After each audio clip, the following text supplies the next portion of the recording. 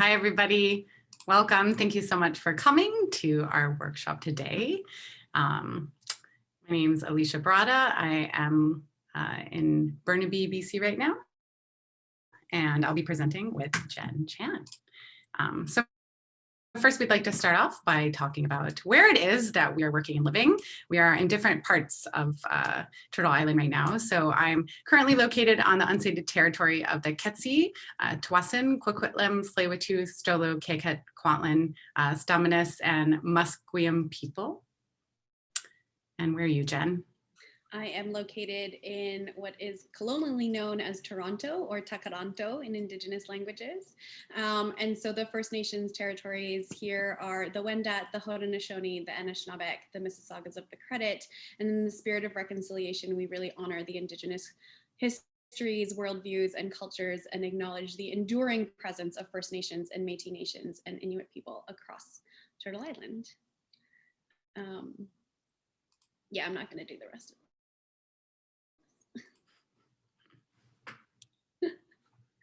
So what are we presenting on today, and who are we and why are we here? So we recognize that we have rare and unusual job titles and descriptions when it comes to the settlement sector. Alysha is the lead of the Social Innovations Hub at Opportunities, and I am the Innovation and Experimentation Coach at North York Community House. We are privileged to get to spend time learning and thinking and designing innovative ways to deliver programs and services to first generation Canadians. And much like our jobs, our work is centered around finding ways to create community and well-being for people across and through settlement processes. And much like your jobs, that's probably true too. But what makes our jobs a little bit different is that we are not in the same pressure cooker as our direct service provider, coworkers, and colleagues. Our success is not framed around specifically just around targets. So we are allowed to experiment and fail and try new things, and learning is really a part of our jobs. And we've heard that not everyone working in the settlement sector feels like they have time, capacity, or permission to do this. So we hope that by talking about our work more often, that would change. So why are we doing this presentation together? Alysha and I met in May 2019, and since then we've basically become each other's co-design buddies. So like I said, we sort of have unusual and rare jobs, and for me, I don't actually have a regular team at Niche to bounce ideas off of, and so I wanted to create a team but outside of my organization. And because of the pandemic, Alysha and I have been able to connect a lot more regularly and work together on conference presentations and workshops just like these. And I say this because I think it's really important that when you're doing unusual work, to find someone else who can help you validate in a naturally uncertain and unpredictable process. Otherwise, it's easy for us to let that self-doubt seep in. So now that you've gotten a bit of background about us, here's how we're going to spend the next hour together. Alysha's going to start. She's going to take us through the projects and processes, systemic assumptions and working past them, and lessons learned. Then she's going to pass it over to me for projects, for my project and process, the experiments and learnings that have happened through the project, and where we are now. And then we're hoping that we'll have about 15 minutes or so for a Q&A session. Because you are watching this on feed loop, we can't see, or you can't see, we can't chat to each other. But what you can do is you can send us questions through the Q&A button on your screen. And so we'll encourage you to do that as the presentation is happening. So if you come up with a question and you feel like, oh, that feels like something I'm interested in, send it while we're going through the presentation. And what we'll do is we'll flag the ones that we think are best to address, and we might merge some of them together. We'll read them out as we go into our Q&A. But I encourage you to do that as we go through the presentation, so we're not all waiting until the very end for those Q&As to pop up. And if some of them feel like they might be better handled as a text answer, we might try and do that during the presentation as well. So without further ado, I'm going to pass it over to Alysha.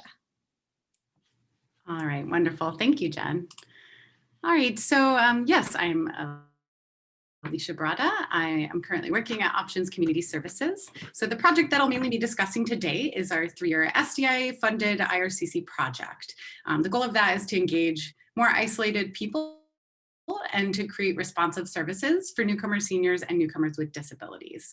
So throughout this process, we implemented a design thinking process, which really looked like starting with research, being in the community, and then moving to ideating to address the pain points. So in other words, the things that aren't working for people, and then going to the part of designing solutions. So now we're at the stage of scaling our idea to test it for the next 6 months, and I'll get into that a bit later.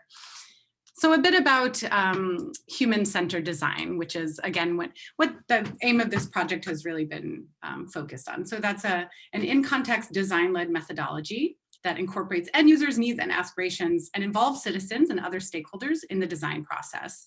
So those are kind of big words to just say, you start with people, see what people need, want, and what would engage them. And instead of viewing things as, oh, if people aren't coming to our services, they just don't get it, or yeah, they're not doing it right, we would actually say, well, actually the service is missing the point or missing something if it's not engaging enough for people to need it or want to come to it. So really just, yeah, centering the human. So a bit about what our process looked like. We were aiming for something called co-design, which is kind of, that would be the goal, to really distribute equal power for the project team and then the newcomer participants in things like decision making and design, in information sharing and project planning. So looking back, I would say we didn't quite get there, especially when the pandemic hit. That made it a lot more difficult, of course, to keep everybody involved in the loop. But I'd say what we did do was human-centered design that was responsive to the needs of what people said and what they needed. So yeah, back in fall 2018, we started with research, spending hours just trying to understand people's lives and realities, and not just looking at them as how do they use these services. Then we went into design, so trying to brainstorm and workshop lots of ideas together. And throughout the process, we've done lots of testing with them, sending out surveys to kind of evaluate what's working, what isn't, and then also chatting with them one-on-one. Spent a lot of time doing that in people's first language to ask, yeah, kind of how the idea is hitting with them. So yeah, I think it's really important to focus back on pain points that came up in the research. And that's a way, even if we don't have people with us in the room or the Zoom room the entire time, it's still a way to really stay true to the original mission of what are those pain points you're trying to solve. So I'll go over those. And I'll also kind of bring up what assumptions that I see in the system that maybe aren't addressing those pain points, or maybe they're even kind of causing those pain points. Yeah, so the first one would be stereotypes both ways. So definitely we heard in our research people having various stereotypes about other cultures, and really no way to bust those stereotypes in a human way. Maybe there would be workshops or something, but yeah, no way to really get to know people from other cultures. And then people also were really wanting to positively represent their culture and contribute to the community. So instead of just wanting to be the receivers of help and services, especially for government-assisted refugees, we heard a lot of, I would really like to give back and do something and feel that I'm contributing to my community. And so looking at the systemic assumption there, I kind of feel there's this idea that integration is really a one-way journey, where newcomers, kind of arrive and then they go on this pathway to Canadianness, and their job is just to learn about Canada and figure it out. And that's kind of, the onus is all on them. And then also I feel I always see this dichotomy of newcomers and Canadians, especially if we talk about volunteers. It's kind of like, okay, Canadian people help newcomer volunteers. And I think that's kind of leaving out a lot of people who are somewhere in between, because again, it isn't just kind of one day you're a newcomer and then you're a Canadian, when you get your passport or when you've been here 5 years. Although the system has to separate people out in some way for sure. But it's just an assumption I'd like to complicate a little bit and try to look at differently. The next one is about nowhere to meet other people. So a guy named Mohammed, who comes from Syria, shared that he has lived here for 2 years, and this was before COVID, and had not met or talked to anyone. So not even people in Arabic, which is his main language, but definitely not anybody outside of his language group. And then a woman named Jessie, who came from China, shared that she's lived here for 5 years and hasn't spoken to anyone except for her English teacher in English, and that she's shy. And kind of was saying, well, because I don't speak English. And I said, well, Jessie, you realize you and I are talking in English right now, and you're doing just great. So for her, I think there was a lot of confidence issues there. That popped up a lot. So I think that the systemic assumptions that aren't necessarily responding to these are what I call the CLB4 cliff, which is kind of like, or it's more like a giant mountain, I guess, where so many services or intercultural activities that we would offer really have the cutoff of CLB level 4, which definitely makes sense for a lot of things. Of course, if it's work training or whatever, yes, there is a certain level of English people need to have, that's for sure. But when it comes to community connections or involving people, yeah, I just like to challenge that assumption that we need to just have that strict cutoff, and that's kind of that. And then the other one there with Jessie, I think that a lot of times we really want to make that the system works to protect people from discomfort, which of course we don't want people to feel uncomfortable, but I also think it can lead to a lack of growth, a lack of getting past a lot of the hurdles that people have in terms of confidence. And yeah, I want to challenge that.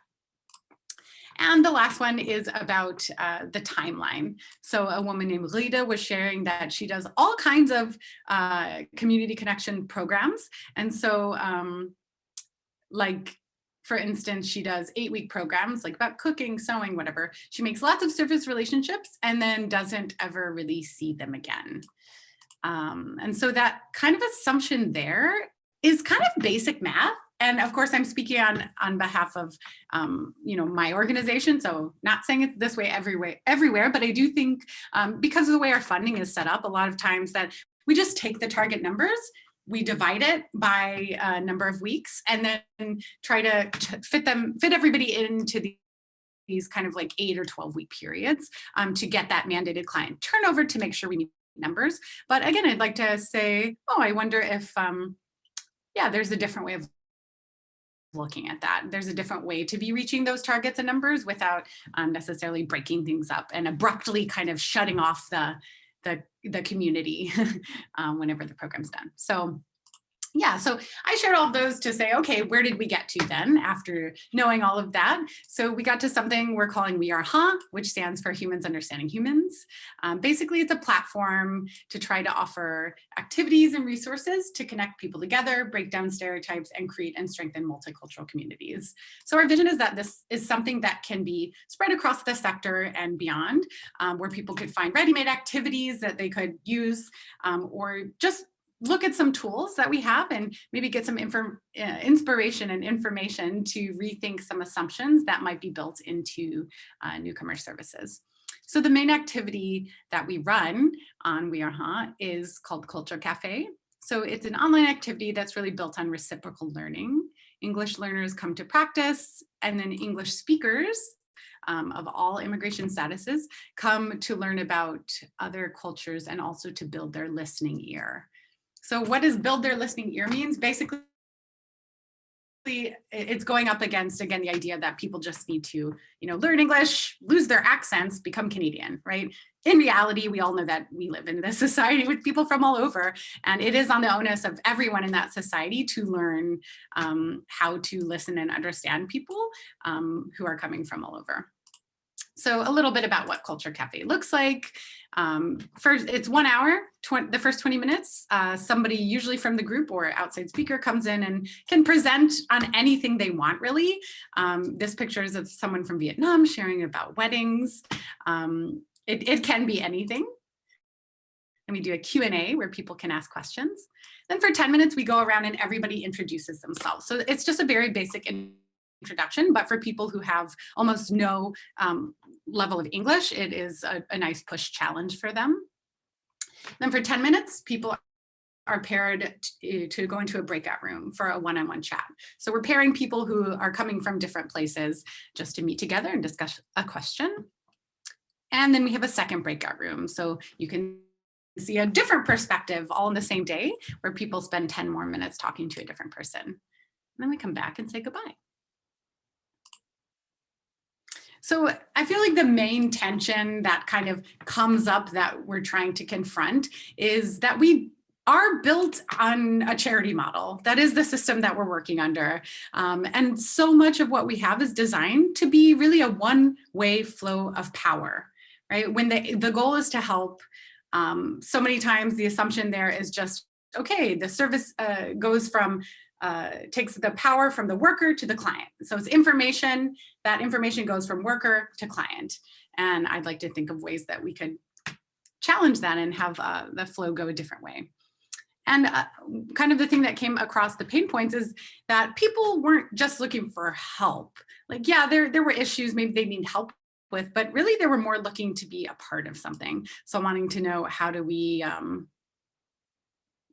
do we do that?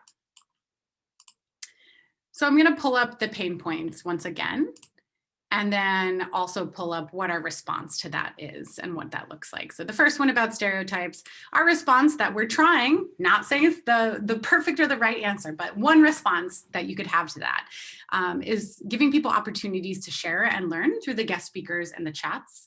And then answering those card questions with people from different cultures does open us up to new perspectives. So this is just an example about the cards that we have. So we have them in a, there we go. We have a card switching function on here. So people can choose, right now we just have Chinese and Arabic translations, hoping to expand that. So right now people can choose if they just want English or they want Arabic or Chinese. And so, yeah, there are questions that anybody can answer. This one is about, how do you receive bad news? So yeah, that's a very cultural specific thing that comes up. And then this one, share about success. So what was your proudest accomplishment? And it's very surprising how many times big surprises come up, for sure. All right, okay. So the next pain point of nowhere to meet others, especially for people who have no English, especially in a pandemic, of course. Our response to that is giving motivation and opportunities for people to build their confidence about speaking, even if they aren't perfect. And we're trying to give this kind of bridge between I'm isolated and have no English to I'm a fluent speaker by providing people with low pressure and low stake kind of pushes. So it's kind of scary to go into a one-on-one chat, but you know, that's that push that gives people, okay, I'm going to be talking to a stranger by myself tomorrow. So let me work on that in practice and get the motivation. We also have a self-selected participation level. So what that means is in the sign up, we ask people, are you not comfortable to do a one-on-one chat? Are you comfortable enough to do a one-on-one chat? Or are you a fluent or native speaker? And by dividing it that way, we allow people to choose what they're comfortable with. We have some people who, I was surprised. They said, yeah, I'm comfortable to do a one-on-one chat because I thought, oh, their English is pretty low, but they're tenacious and they want to put themselves out there and they do it. And and I think that makes it a really rich experience for sure. So this is just a picture from there, which is for the group of people who say they're not comfortable for a one-on-one chat.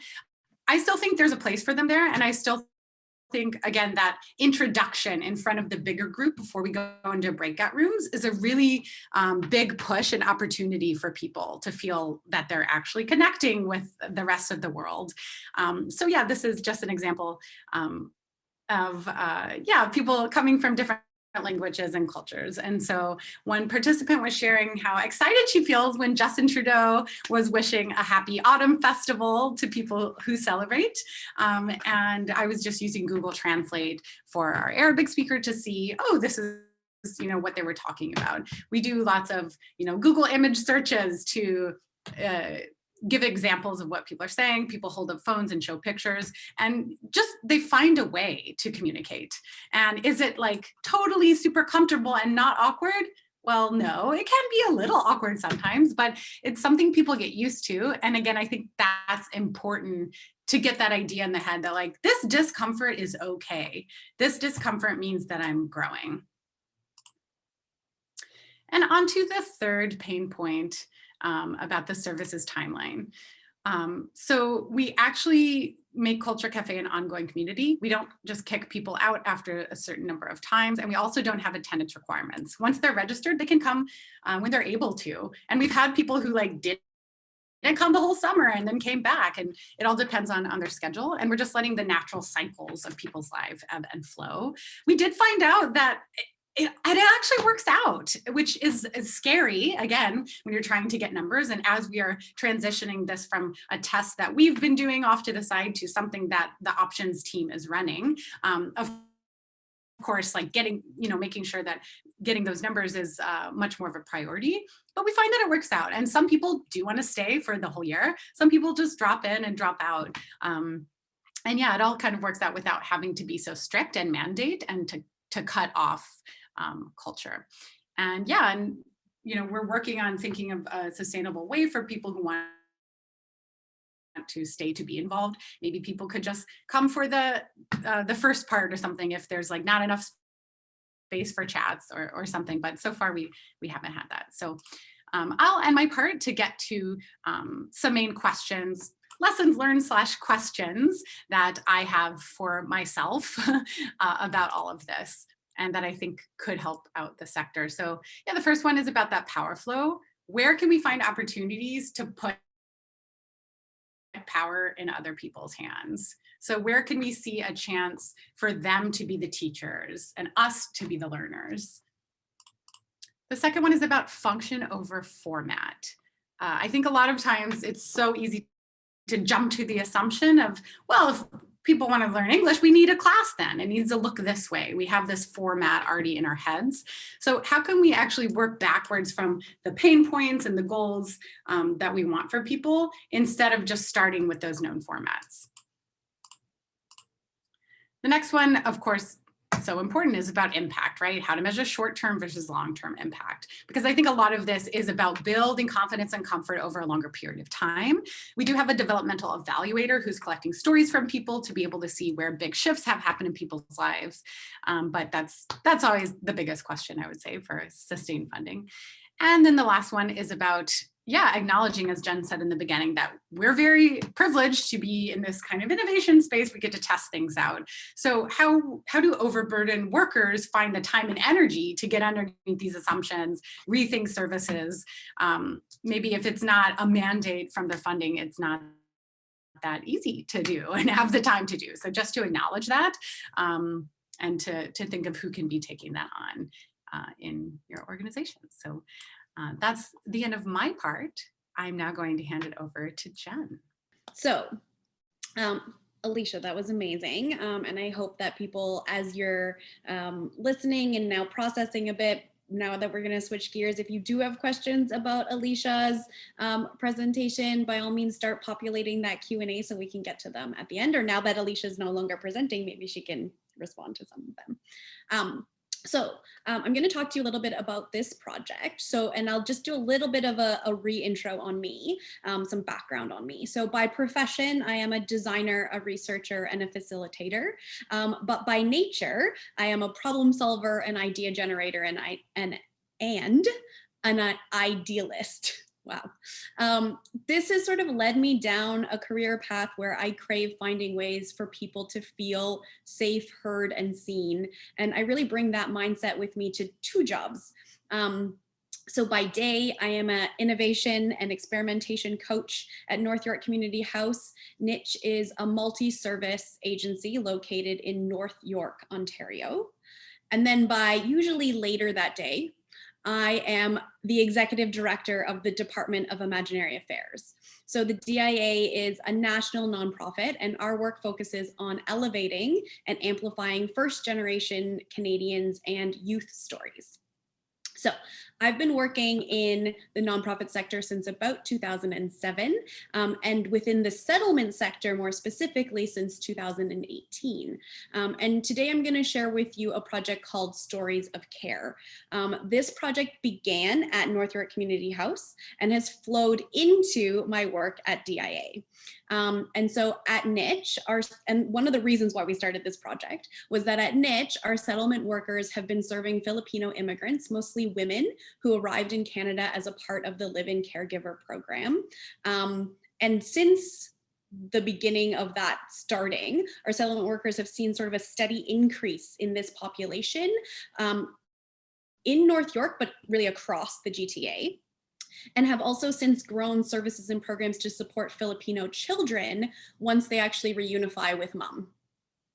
And so we know that Filipinos account for over 30% of internationally trained nurses and 90% of migrant caregivers. And so that fact was true long before COVID came around, but it became sort of increasingly in our purview when COVID hit, that we knew how much the Filipino population represented essential caregivers and healthcare workers, but we really weren't hearing enough about what was happening from their perspective. And so the Stories of Care aims to elevate and amplify the stories of Filipino essential workers and caregivers. And so we framed this entire project around the question that you see on your screen, which is, how might we support Filipina frontline workers and caregivers to share their stories about their experiences during the pandemic, so that we can learn more about workforce development gaps and create advocacy change. So we had about 7 months to be able to experiment and test new ideas during the ongoing pandemic. And we were able to test 5 different experiments, which I'm going to tell you about today. And going into this project, my goals were really to be able to balance finding tangible ways to collect stories from Filipino caregivers and essential workers, as well as learn more about how people in caregiving roles are taking care of themselves. Because I feel like it was really important to promote self-care as a practice of community care. So we are going to talk a little bit about this first experiment. So when we launched the program, the first thing that we did was something called the Community Storytellers Program. So we ended up working and meeting 5 Filipino immigrants, women who had different roles when it comes to caregiving. So 3 of them had come as live-in caregivers. One was working as a psychotherapist, another one as an administrator in the nonprofit sector. And so what we did is we launched a 6-week paid writing program. So we hired them as participants to the program. And so we were able to do that virtually through phone calls, on Facebook, and because our COVID restrictions allowed for park gatherings, we also bookended our program with a gathering in the park at the beginning and one at the end, which really helped to anchor and solidify the relationship building, I think, that happened between people. And so some of the learnings that we had was that we really needed to think about people's capacity to participate. So while we were paying folks to come and participate, we also needed to think about, did you have the time or the energy or the space in your life to be able to do that? So we only had 5 women participate in this program when we actually had the opportunity to hire more women. And so that really had us thinking a little bit about where this program sits as a repeatable model. But what we really did find was that having the time to write was healing, and it created a sense of community. But we also needed to make ourselves aware that this program was kind of expensive to run. Paying people to participate in a program, we also, I was employed as a facilitator, and we also hired a writing coach. So that just put us in a place of is this something we could continue doing on year after year? Not sure. And so that really led us to this one question of, how might we create a community-led way to promote and sustain writing as a form of healing? So we haven't necessarily address this question, but it did lead to our next experiment. And so experiment number 2 is a private Facebook group. So one of the things we wanted to do was to see if there was a way that if Filipina caregivers and essential workers from across Canada were connecting through Facebook, would that be able to help promote sharing and learning and writing together? So we started a Facebook group moderated by me, and then the women who were in the caregiving program, or the writing program, also joined, and then they invited their own peers into the group. And so some of the learnings we had from launching that Facebook group was that I didn't say this earlier. I am born and raised in Takaranto. I am second generation Chinese Canadian. So I don't speak or write Filipino, Tagalog, Ilocano, anything that was going to make the Facebook group culturally accessible to folks who didn't necessarily feel comfortable being able to respond to just an English speaker. And the other thing that we still were trying to figure out is people weren't really sure about the connection between Niche and why Niche was starting this group, and what we would be doing with the information. And so really what we were coming to think about is that members weren't always comfortable sharing their stories publicly. What we have started doing is one of the original community storytellers is now actually moderating the group. And so she can write and speak in Tagalog. And so she can connect with people. And as she's been connecting to people privately, they're all really open to sharing with her privately, but they don't actually want to transfer those stories onto the main page. So really what we're doing now is saying, that's fine, let's observe and see how the community grows, but at the comfort level of the group. Let's not try and predict what it would look like for people to share. And so that has led us to the learning around this second experiment, which is how do we prioritize the cultural relevancy and safety of our program partners during research projects. So, experiment number 3. So one of the other things that we wanted to do was, again, going back to that first experiment, we wanted to think about how can we expand what it looks like for community storytelling to be happening with your friends and family. And so that we recognized that it was so important for that conversation to start with someone that you already trust and know. And so we developed a story writing toolkit. That toolkit was designed with English and Tagalog or Filipino translated storytelling materials. The idea was to spark conversations between people. And so we thought about the community storytellers actually being like community story brokers or caregivers of these boxes, and that each person would have a box and that they would use that to have conversations with their friends and family. However, this was like right when Canada or Toronto hit the second wave of the pandemic. And so really we weren't able to test this toolkit out because people just weren't going to physically see their friends and family. And we just hadn't figured out a way to do it digitally. We had only figured a way to do it analog. So that sort of pushed that experiment to the back burner. But it did sort of continue for us this question of how might we create ways for community members to host conversations with their friends and family. And then that brings me to experiment number 4. So we did host, so again, through all the feedback that we've been receiving, especially about accessibility of language and culture, we wanted to make sure that this next experiment included a Tagalog speaking facilitator. And we also were really aware of the time commitment that first experiment required from participants.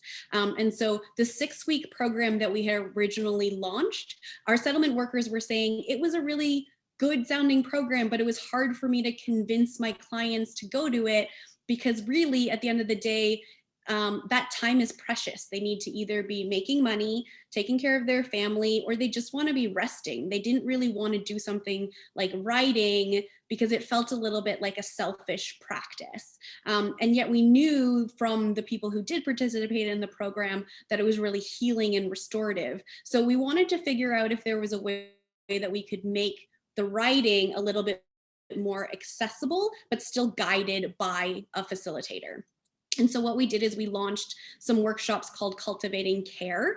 And so we hired a Filipino writing coach, and she was able to deliver workshops, so 2-hour virtual workshops. And again, we offered participants honorariums because we really know that it's just a small way in which we can sort of say, we know that it takes time and energy and capacity to show up.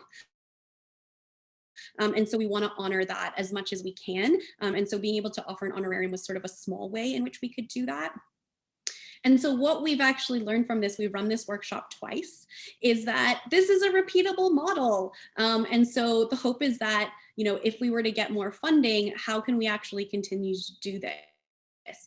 This is a lot more sustainable way in which we could actually create sort of a flow between having story writers and tellers come together in a writing circle.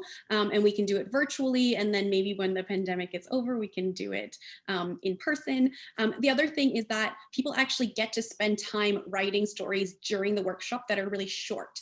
And so then that actually gives us stories to share. So our goal is that actually, how do we capture stories that people are telling and be able to share those to build people's confidence and awareness that their story is both similar but different to others. And so really that's led us to this next question, which is, how might we recreate the feeling of being in a writing workshop, but maybe without a facilitator? So we're still trying to balance that need of having a facilitator and not having a facilitator present all the time. So Justine, who's the founder and facilitator who we hired for these workshops, she actually runs an organization called Living Hyphen. And so she was able to record some videos for us that basically model similar to like what you would do in a workshop. And so she gives you a writing prompt, and then she actually spends 7 or 10 minutes sitting with you while you write. And so the idea is maybe that's kind of like an accountability buddy. So rather than saying, okay, I'm going to set myself a timer to tell myself that I need 10 minutes to write, instead you press play on Justine, and then Justine sits with you while you write. Sits with you. She's not really there. And then finally, the last experiment I wanted to share with you is called it's an art installation, which is also named Stories of Care. And so one of the things that I was done, this is where the project sort of transitioned from my role at North York Community House to my role at the Department of Imaginary Affairs. So I was invited to participate in a digital installation as a part of the Design TO Festival in Toronto. And I thought, you know, a really great way to be able to showcase the stories and the work that we'd been doing to a really different audience was actually to make visual representations of what those stories were telling us. And so I actually commissioned 3 Filipinx artists to be able to make their own visual interpretations of the stories. So they got access to the 5 stories that were originally shared with us during the Community Storytellers program, and then they made their own visual representations of those. And again, what we are learning from this is that this is a repeatable model, that a story can be told through both the words, but also through other visual interpretations, and that artwork really helps us connect to a broader audience.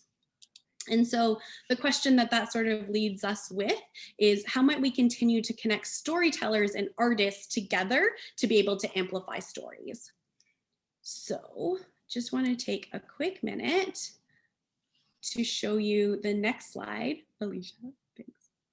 So this is Mary Joy's piece for the Design TO Festival. So the Design TO Festival is digital. So it was originally going to be in a gallery, in a physical gallery. And so they made a decision to make it digital, which I think really actually completely changed both the art pieces that we were able to collect, but also how the reach of the art pieces. And so the Design TO Festival will be on until February 28th, and at which time, even now, you can actually go to the Department of Imaginary Affairs website and you can see the 3 art pieces. So this piece is Mary Joy's piece, and so she really wanted to highlight the overlaps and intersections of the Filipino story, as well as the balikbayan boxes. And so this is actually, the cutout that you see actually is built off of a balikbayan box. And you can see at the bottom of the image there that there's it's actually mangoes and leaves around a phrase that says, "We love to deliver." And so the idea of this was that there was an image of sort of an elusive woman, and the quotes from the stories are popping up over her face. But it was really this symbolism between the idea of care and being so much a part of the Filipino culture and how much that shows up and impacts people in different ways. So there are 2 other pieces that I encourage you to go and look at on the websites. And I think that the websites have all been already posted on Feedloop. So where does that leave us now? This project funding actually finished in January, but through the project, we've been able to meet over 30 Filipino caregivers and essential workers. And we've been able to create a series of program models and artifacts that can be left behind and are repeatable. So with the work that we've been doing, I think what we're trying to continue to figure out is, how do we create program models that are repeatable? How do we embed some of that work in community leadership? So like I mentioned, one of the community storytellers who did this 6-week program is now doing a placement with me at Niche. And so she's able to moderate the Facebook group and see if it can be grown as a community-led project.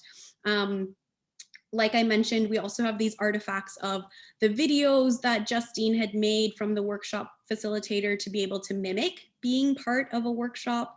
We also have the stories that are being collected from the program and from the workshops that we're going to be sharing in like booklets with future clients, so that future clients at North York Community House also are introduced to storytelling and writing as a form of self-care. And then finally, we do have our art installation, and we've been actually gaining a lot of media coverage. And so my goal and my hope is that that work ultimately leads us to some advocacy in the future and being able to show more of the person side of the statistics of what care looks like in Canada.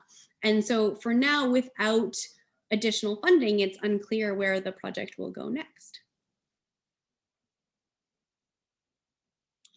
So when we started this presentation, I talked about how Alysha and I had been supporting each other through these projects, and I thought that it would be nice if we could share just one thing that we've learned from being in each other's projects and processes before we turn ourselves over to answering the Q&A that you are all populating so quickly into the chat. So I'll go first. I really like how Culture Cafe supports the varying CLB levels. You called it the CLB 4 cliff. And I really think that it's important that Culture Cafe both creates a safe and brave place for people to come in at whatever CLB level they're at. And I really also like how much participants get to choose their level of participation and also think about their own comfort and discomfort levels when it comes to participation. And I think that in many ways it's really simple, and yet it creates a lot of impact for stakeholders to think about like their power and their process and their journey And I think it's also a really great way to model accessibility during digital programming. Well, thank you, Jen. Thank you so much for your presentation and for that. Definitely, yeah, for yours, like I've definitely seen you walking the walk and talking the talk of being responsive. And yeah, being able to try so many different experiments and not kind of just sticking with the same one when you learned some lessons and saw other ways that you could go. And I also think how it just started with 5 people and seeing these waves kind of go out and grow. So it just was 5 people's stories in the beginning, but by being able to then share those on the Facebook group and have more people see that and contribute. And then from there, making that into an art installation. And then from there, having the art installation be featured in media. So I actually think, again, how to measure that impact is a big question, but I think the impact of the reach that you've had is starting a sort of, could be a shift in the conversation. Because I think there's been a lot for sure about, how health workers are heroes, and they definitely are. But I would love to see more questions about, okay, how are these heroes affected personally? How have the immigration policies, which really streamline people from the Philippines into the Canadian health workers system, how do those affect people on the ground? And start to wonder about, if they're the best things for people and for our systems. So yeah, I really think that through some narrative, you've showed how much we can touch on way bigger subjects and topics. And it all really starts with listening to people's stories. So it's a good model for that for sure. Yeah, I think with this project in particular, what happened was that it felt like a very daunting task of collect stories to figure out what the gaps are in workforce development, but from the mouths and the stories of people who are in it. And sometimes we're not always able to articulate what our role is or what our place is in a system that we're already in, right? So being able to build trust and relationship with people to be able to collect even those first 5 stories, and then also to see how different those 5 stories were. So like I mentioned, we had 3 live-in caregivers who came at different times. They had different reasons for coming. They had different experiences when they came. They were all really open to telling both the negative and positive sides of that experience. And just through that, you could just see the healing and the community coming together. And I think that, from those 5 stories, like you said, grew to the Facebook group and the workshops. And when I say we've only really met 30 people in 7 months, in some ways it feels like to a funder that might not feel like enough impact to how are you hitting systems change with only 30 people's stories? And I think that part really sits with me as a big tension in the work is how do you grow trust and relationship and systems change, and how long does it really take to get to a level where we're making that kind of impact? So I'm really hoping that this is really just the beginning seeds of where this could go. So I want to shift our attention to the Q&As. I see that you've answered one, but just first, not everyone is reading them. So I'm going to read out the question and then have you read out the answer, and then we'll shift to the other question. So, is Culture Cafe open to people from all over? And I'm assuming, and then it says, or just existing clients of your services. So I guess that means location wise, do they have to be in BC? Do they have to have status? Yeah, so I responded, good question. People of all over. Again, because this is just kind of one and it's a test. We have been saying well, actually, there's no reason that people can't come from wherever it is that they are. We've had about 150 people come in and out at different times, maybe closer to 200 now. And I think 2 of them were outside of Canada. I don't know, they found the website and asked if they could come. And I said, okay, you can come. Everyone else has been in Canada.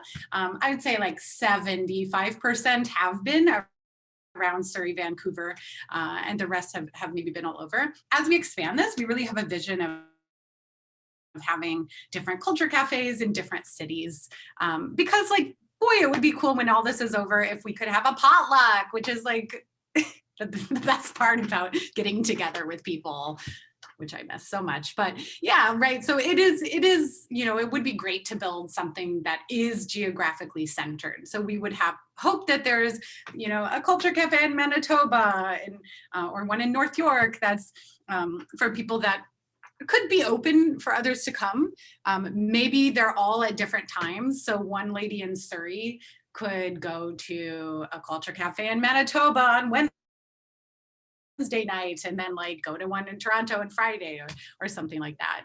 And about immigration statuses, I think it is controversial for me to say this, but we leave it open to everyone, international students, visitors, citizens.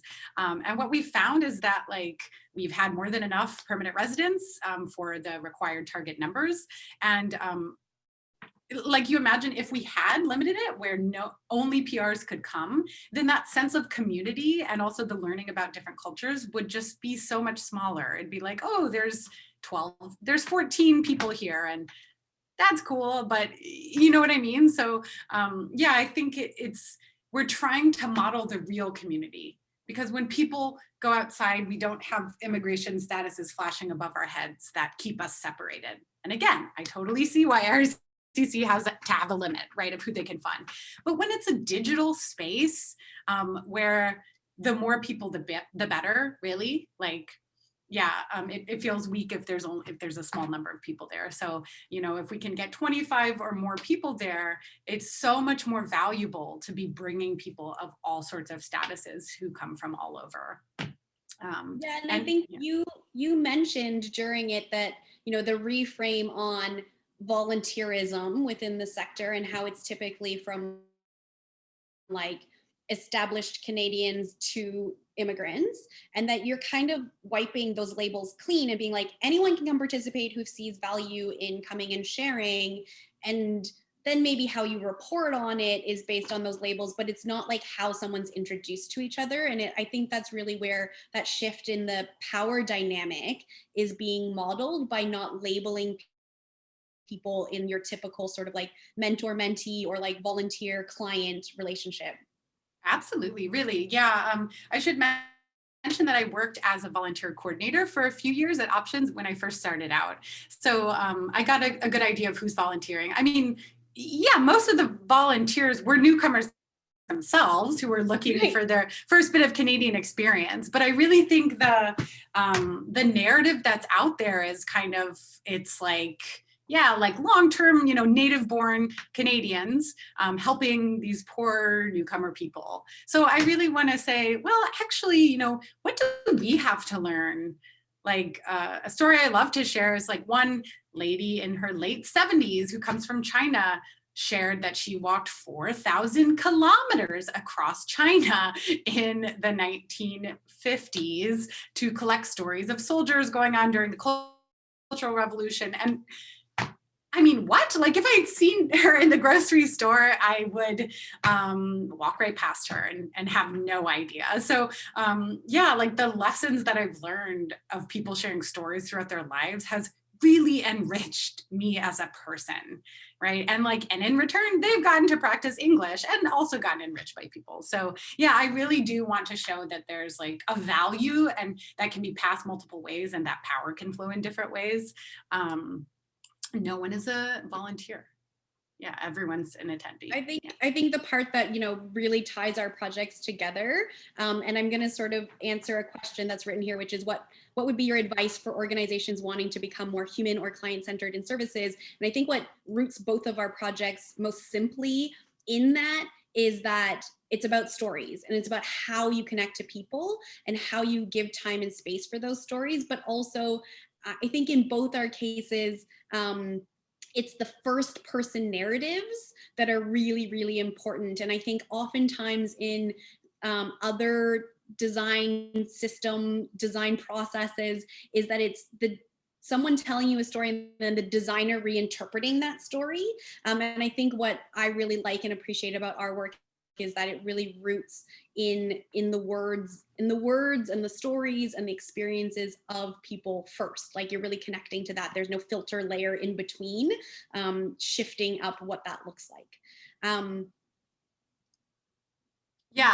I add on to that? Yeah. Definitely. So I totally see that. I see, the way that design, has such an interpretation of people's stories. I think in our system, out of necessity, in the settlement sector, we also, service workers and managers and people who are eventually writing that CA, they have so much power in shifting people's stories. And of course, like, there's such a wealth of knowledge of settlement workers, of course, most of whom came as newcomers to Canada at some point. But I think the other side of that can maybe be feeling like, well, we know what people need, right? Or like, well, I remember what my journey was like. I know what I needed. And this is kind of, what people need, right? And so I think, to go back to that question, it is about taking the time to like talk with people, and instead of just kind of sending out an impersonal survey, which I know it seems more efficient. It's like, it's faster at collecting a bunch of information, but is it actually more efficient? Because is it actually collecting the information that we need to know what services to make? Oh, it went away. Oh, there it is. Okay. I typed an answer to it. That's why. Oh, sorry. Okay. Yeah. Because I really want to talk on this. So spending time talking with people, for instance, doing like a calendar exercise. That's like, let's sit down and talk about a typical week that you have. What does your calendar look like? Right. And then from there, like trying to really talk to that. And I'm a qualitative researcher, so this is my passion, is to really understand, try to understand people's perspectives. But, it's not just, oh, tell me about your calendar, tell me what you do each day, but like getting behind also like, well, how do you feel about that? How does that differ from the part of your life that you left behind in your home country? What parts of your life do you feel are lacking? Just try, and where do you struggle? Because I think we're great at knowing what, like, when it comes to like paperwork, like, we know what paperwork it is people have to fill out. We know how to help them fill it out. So maybe for that part, it's fine. But definitely when it comes to other things that are more interactive, being able to really start from the beginning, and it does take an investment of time. People want to feel heard and listened to. I know I do. That's why I'm talking during this presentation. But thank you, Jen, for laughing.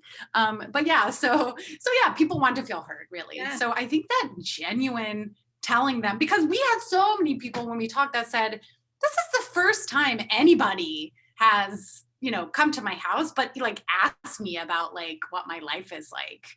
Right. And so I think there's a lot there too about like getting people engaged and psyched to do something, because they just feel like, oh, you're a human and you're listening to me and you're not just treating me like a client, which like, I just believe that there is still a way in the system that we have with RCC that does require us to report clients, right? I think we can be the translators of what's happening on the ground. Is this real human connection?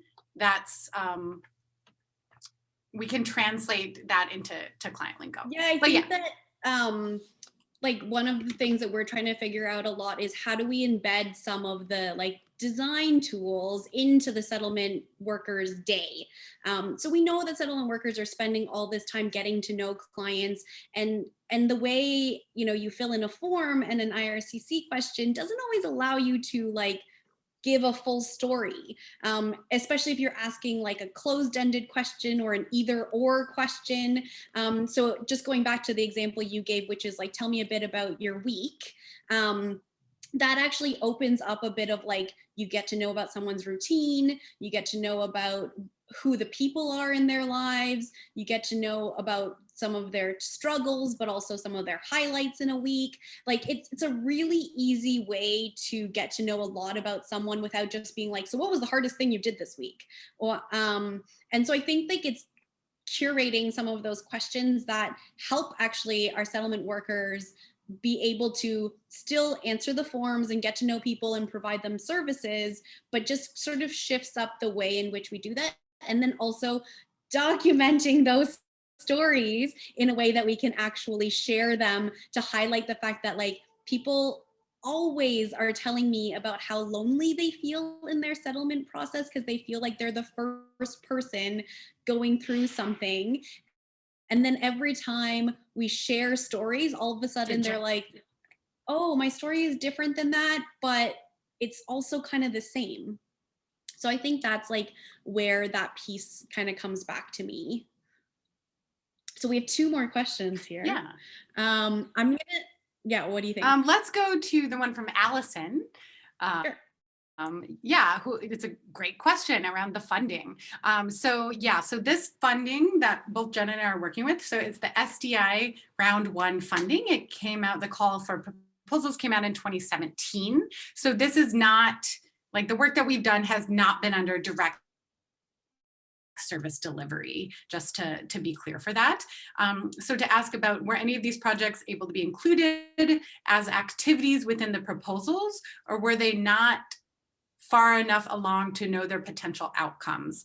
I would say, at least for my contract agreement, that the what was known and what's in the CA as outcomes are the process, but we did not write down the products, because that would be antithetical to the whole point of doing it.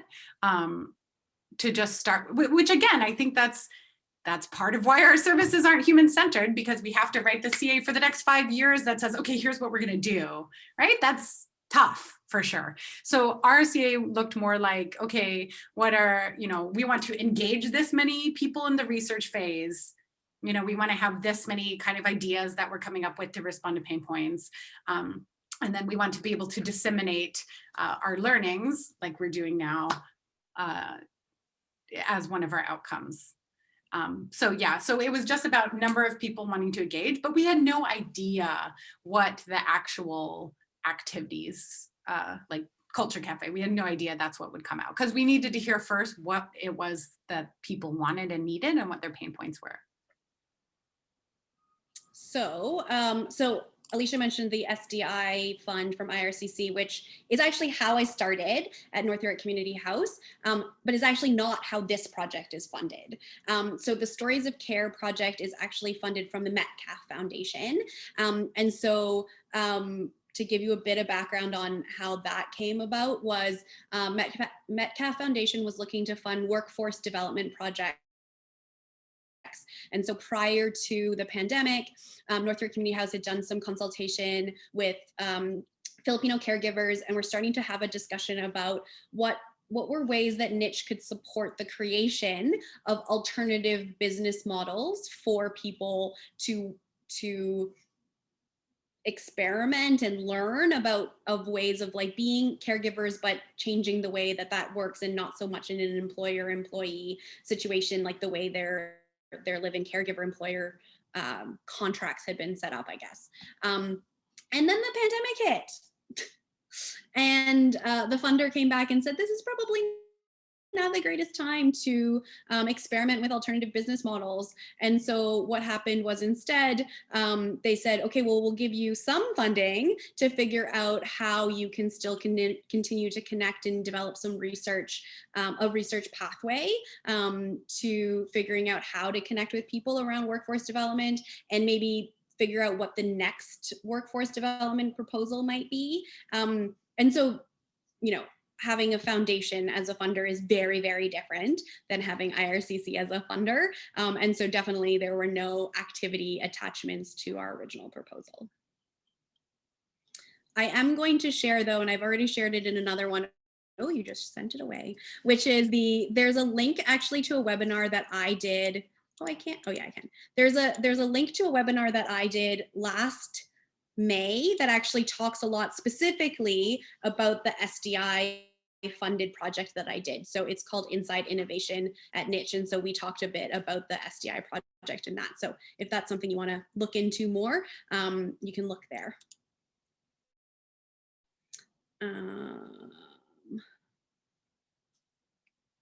just rereading these questions. Okay, sorry. Do you want to answer Allison's that follow-up? or? Yeah, so Allison said, I actually was an activity like Culture Cafe. Okay, I think she was asking if the activity like Culture Cafe was included in the Call for Proposals 2019 settlement and settlement assistance programs as an activity that could be included in that proposal. So it falls under Community Connections program.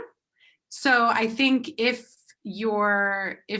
I think absolutely, for sure, right? If you have an opportunity to do Community Connections program, like Options does. So we have that, and we have English classes that are not LINC, but we have English classes we do, and then we have to get a certain number of unique participants, PRs, to be participating in Community Connections program. So yeah, so what we're doing now is, we grew it and tested it in our innovation-y lab, and now we are training Options Community Connections program workers to run it and use it as a tool to do their community connections. So we're actually we're now looking for partners across Canada who are interested in testing it out. We're developing a full guide that gives you a how-to. The Options Innovation team wants to give people like 10 hours of their time to do training and troubleshooting of starting their own. And I absolutely think, yeah, totally can be something like, I know for Options, like we do have this openness to where it just says you have to do community connections activities, and that's as specific as it gets, and you have to get a certain number. So I think it's absolutely something that can be incorporated, like starting this April, for people who want to use it as an online activity. Jen, did you want to answer it live? Or no, I did that I didn't realize that when I say live, it means that I'm answering it live. I meant like you were answering it live. Yeah, it's interesting on our side. Okay. Do you want to read this last question out? Yeah, so the last one, I believe this would be for you, Jen. So it's asking if you see the writing workshops and people's like unwillingness to do it because it's like self-care. So do you see that as like a challenge for changing cultural norms around self-care in the Filipino community? So, I mean, it's hard to say if the cultural, okay, so let me back up. What we've learned from the people who we have met is that taking care of yourself is typically thought of as kind of selfish. And they definitely don't think of it in the same way that we do in sort of Western culture, which is all the like luxurious versions of self-care that we might participate in. And often it's the self-care that is happening is very family oriented. It's very like nourishing food oriented. It's spending time with people. It's sometimes like it's a lot more like communal and community oriented. And so I think because of that and the relationship that Filipinos are often having to sending money back home. So one of the things that we do know is that despite decreases in income opportunities in the last year, Filipinos are primarily still sending the same amount of remittance home because they're still responsible for their families in the Philippines, for their care. And so that balance, that struggle of being able to choose to take 2 hours to participate in a workshop, which means you're not participating in work, it's a huge tension. And so I think that the people who we did meet probably are the ones who are in a different situation or circumstance than maybe some of the others. And so it's really hard to tell how we can, I think now it's really hard to tell how we might be able to overcome some of the cultural norms or even just trying to understand them more. I shouldn't say overcome them, because by no means are we trying to force people into a more Western approach of self-care. And so we asked a lot of questions, and we're still trying to figure out and understand more of like how people take care of each other, how do they take care of themselves. So there a lot of them are tied to beauty or tied to like face masks and food, like I mentioned. And so a lot of it was just sort of continuing to ask those questions and have people share about their self-care practices and routines, and maybe not using the word self-care, which is also very Western focused. So I think like ultimately for us, it was just trying to open up and say, we don't know all the answers, we need to sort of understand. And then also in some cases, it was actually having folks like address things that are toxic in their own culture. So people saying like, it's really hard to actually talk about mental health, or it's really hard to be here in Canada and feel like, you know, you came here because there's not as many economic opportunities in the Philippines, but you're also not actually achieving the economic success that you were hoping to gain here. And so actually being able to balance the sense of gratitude versus regret actually showed up in a lot of the stories that we were hearing. And I think within the Filipino culture and within healthcare and within immigrants, it's really hard. That's like a thing that was really showing up as like, how do you talk about something that you're still processing and grieving and work through that in a way that you want to share publicly when you haven't always had a chance to work on it internally.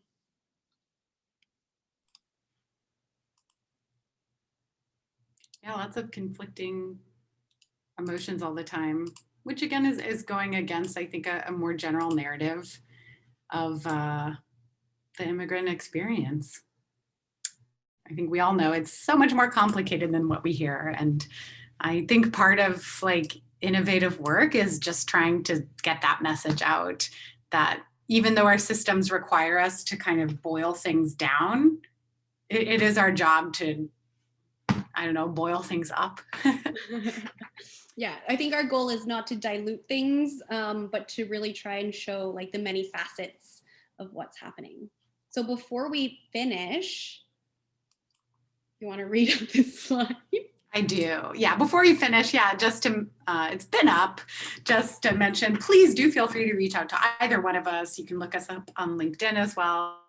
And I also like to take this opportunity to promote an event that I'm putting on to share so many things that we've learned about hosting engaging digital events for newcomers. And also, I still have lots to learn as well. So I'm trying to bring together lots of people in the sector who are doing this work to put on digital events for newcomers and have a forum about it where we can share, learn, swap stories, and really build a community of practice around that. And that's kind of building on Refugee 613's recent digital messaging summit, which was wonderful. So I'm trying to keep the conversation going a bit more. So yes, please, the Eventbrite link is in the feed loop somewhere. So yeah, please check that out if you're interested. I'll stop sharing now. Yeah, and yeah. Just to wrap that all up, is we started out saying that, you know, one of the things about our jobs and our relationship is that we found each other to be able to do this work together. And I think that the idea of the summit is like to continue finding people who are doing this kind of work, and maybe have deeper conversations where, you know, right now we can't talk to you, but hopefully you'll actually get a chance to do that in the summit. So. And also one more thing, that those relationships be cross country. Everything's digital now, so why not? And I think we've all, on behalf of me, we've had experiences where things can be competitive when it's someone in your same geographical region. It is, right? So great to build people and try to work past that on the ground, but also to look for folks who are in different parts of the country to be your sounding board. It's really helpful. So hoping we can make more relationships like that between other people. And yeah, if there's any other questions, don't think so, but please reach out, and please have a wonderful rest of your day.